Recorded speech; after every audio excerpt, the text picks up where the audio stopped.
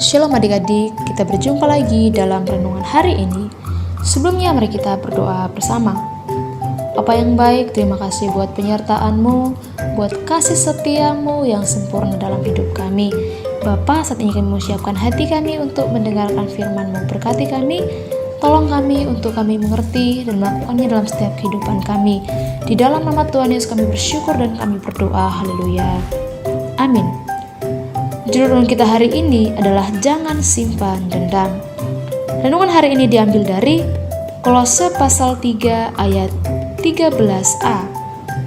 Sabarlah kamu seorang terhadap yang lain, dan ampunilah seorang akan yang lain, apabila yang seorang menaruh dendam terhadap yang lain.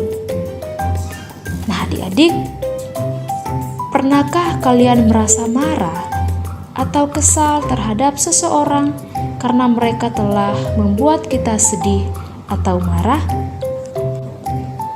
Mungkin saat itu kalian merasa ingin membalas dendam atau menyakiti mereka, seperti mereka telah menyakiti kalian. Tetapi Tuhan mengajarkan bahwa itu bukanlah jalan yang benar. Jika kita suka membalas dendam, kita akan sama-sama terluka. Sebagai contoh, saat ada teman yang memukul kamu, untung ada teman lain yang melerai sehingga kalian tidak jadi berkelahi. Namun sejak saat itu, ternyata kamu selalu mencari kesempatan agar bisa balas memukulnya. Gara-gara terus memikirkan cara membalas dendam, kamu jadi tidak konsentrasi belajar, tidak bisa tidur nyenyak, dan tidak bisa bermain dengan sukacita. Nah, ujungnya kamu sendirikan yang rugi. Dipukul tanpa sebab itu memang tidak adil. Dibohongi itu tidak enak. Tetapi yang paling buruk adalah ketika hidup kita tidak damai karena menyimpan dendam. Raja Saul pernah memburu Daud untuk membunuhnya karena merasa iri dan cemburu kepada Daud. Suatu hari, saat Saul sedang beristirahat di dalam gua, Daud dan para pengikutnya masuk ke gua yang sama tanpa sepengetahuan Saul. Daud memiliki kesempatan untuk membunuh Saul, namun dia tidak memilih untuk membalas dendam atau membunuh Saul.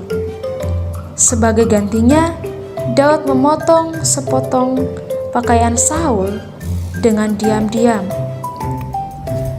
Saul tersentuh oleh tindakan baik hati Daud.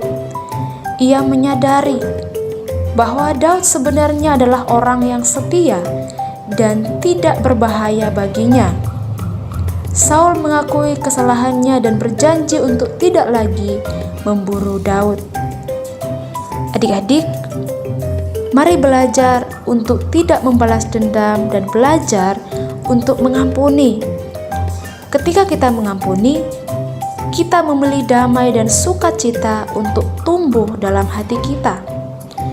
Bayangkan jika kita terus memikirkan balas dendam, itu akan membuat hati kita berat dan tidak bahagia.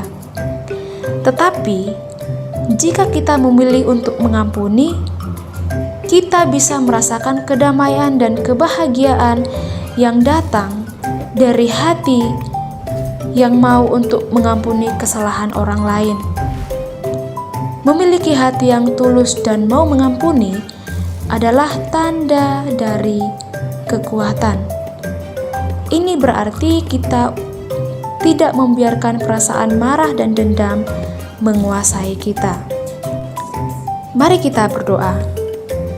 Bapa, berikan aku hati yang tulus dan mau mengampuni seperti Tuhan Yesus sudah mengampuni dosa-dosaku. Aku percaya ada sukacita dan damai sejahtera di dalam hati yang mau mengampuni.